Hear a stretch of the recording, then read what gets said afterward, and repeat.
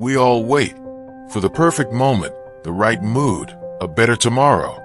But sometimes we wait too long, and in the silence of that waiting, life slips quietly away.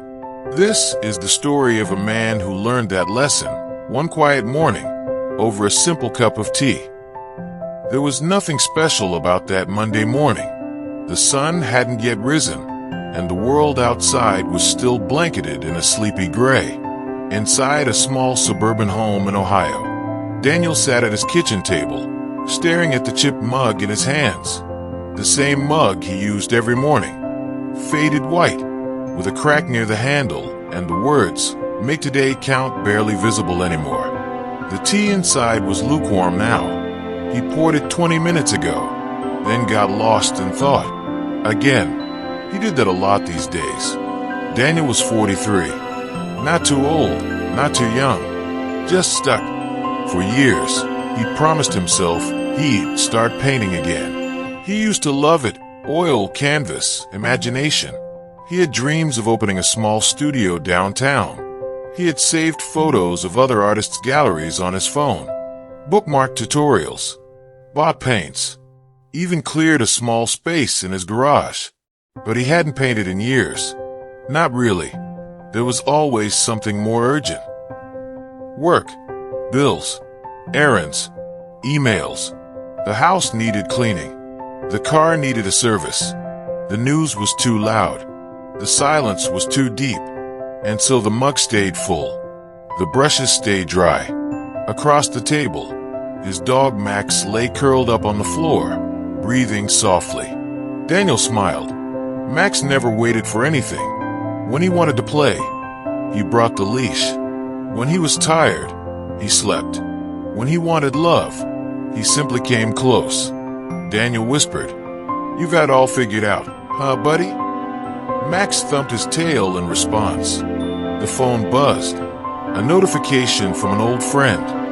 "Check this out, gallery opening in town. Just like the one you used to dream of. Let's go." Daniel stared at the message for a long time. His finger hovered over the reply button, then drifted away. Maybe not today. Maybe later. He got up to refill his tea. As he turned, his elbow caught the edge of the table.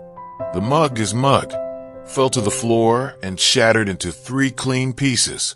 He froze. It was just a cup. Cheap, old, replaceable. But in that moment, it hit him like a wave. Everything was replaceable, except time. All the waiting, the delaying, the maybe next week. He had waited too long for things that mattered. Too long to start again. Too long to chase what lit him up. And suddenly, he couldn't breathe. He dropped to his knees, gently picking up the broken pieces. A small cut formed on his finger, but he didn't care. His eyes were wet, not from pain, but from clarity. It wasn't about the mug. It never was. It was the waiting that hurt the most. That night, Daniel went into the garage. He turned on the light. There were his brushes, his canvases, his colors still sealed. He unwrapped a blank canvas, sat down, and stared at it. He didn't know what he would paint. Didn't care. He dipped the brush into blue and made a single stroke. Then another, and another. No more waiting. The next morning, his friend messaged again. Daniel replied instantly, "I'm in. And hey, want to see something I started last night?" In a world full of distractions, doubts, and delays, he chose to begin. Not perfectly, not with a plan, but finally, because he realized something most people never do until it's too late. Don't wait for too long.